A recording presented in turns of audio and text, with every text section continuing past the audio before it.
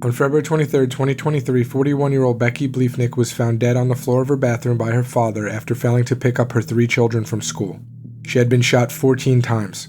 Her estranged husband, 40-year-old Timothy Bliefnick, a former Family Feud contestant, was arrested on March 13th in connection with the murder. Prosecutors allege that he used the crowbar to break into Becky's Quincy, Illinois home before murdering her. Before her death, Becky sent a chilling message to her sister expressing fear that Tim would harm her. Quote, "If something ever happens to me, make sure the number one person of interest is Tim." End quote. Tim had researched ways to kill Becky on Google before riding to her home on a bicycle to carry out his plan. While the murder weapon has never been found, shell casings matching those at the crime scene were discovered in Tim's basement. Becky's handgun, which Tim had taken, was among the models that could have fired the bullets belonging to those shell casings. On May 31, 2023, Timothy Bliefnick was convicted on 2 counts of first-degree murder and 1 count of home invasion. He will be sentenced on August 11th. On July 13, 2020, 33-year-old Fahim Saleh, CEO of Gokada, was found dismembered in his luxury apartment by his sister on Manhattan's Lower East Side.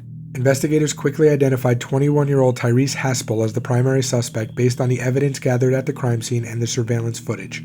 Haspel had a close relationship with Fahim, having worked for him as a personal assistant and handling his finances.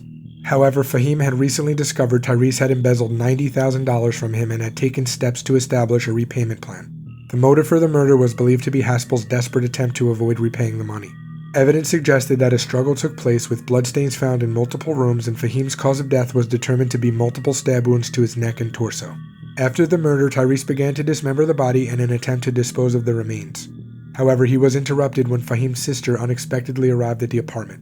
Tyrese fled the scene, leaving behind the electric saw and other tools used in the dismemberment. Within days of the murder, he was arrested and charged with second-degree murder. His trial is still pending. On the night of May 19, 2014, police were called to the Brynhurst Avenue home of April and Michael Jace in Los Angeles, California. 40-year-old April Jace was found dead from gunshot wounds. She was the 2011 Masters Track and Field World Champion and had been shot twice in the legs and once in the back by her husband. Michael was an actor best known for playing Los Angeles police officer Julian Lowe on the FX hit show The Shield. He was the one who called the police that night. Michael was arrested the following day and charged with murder. He told investigators he was angry because April wanted a divorce and he thought she might be cheating on him. It had been his intention to only injure her, not kill her, which is why he shot her in the legs. However, according to the couple's 8-year-old son, he heard Michael say, "If you like running, then run to heaven," prior to shooting April. Michael Jace was convicted of second-degree murder on May 31, 2016. He was sentenced to 40 years to life in prison. On October 31, 2008, 24-year-old Arpana Jinaga attended a Halloween party with her neighbors at the Valley View Apartments in Redmond, Washington. Arpana was last seen around 3 a.m. leaving one of the apartments and heading to her own on the 3rd floor. 2 days later, a friend of her father went to check on her after she had not answered calls from her family in India. Upon arrival, he discovered that Arpana's front door had been kicked in and her naked body was found on the bedroom floor. She had been gagged, beaten, and strangled to death with a shoelace.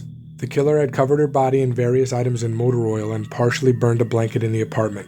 During the investigation, DNA belonging to Emmanuel Fair was found on Jinaga's neck as well as on duct tape used as a gag and a discarded robe. Additionally, the DNA of one of Arpana's neighbors was found on a bottle of motor oil and another man's DNA was found on the shoelace used to strangle her. Fair was arrested in 2010 and went on trial in 2017, but a mistrial was declared. He was retried in 2019 and was ultimately found not guilty, leaving the murder of Arpana Jinaga unsolved.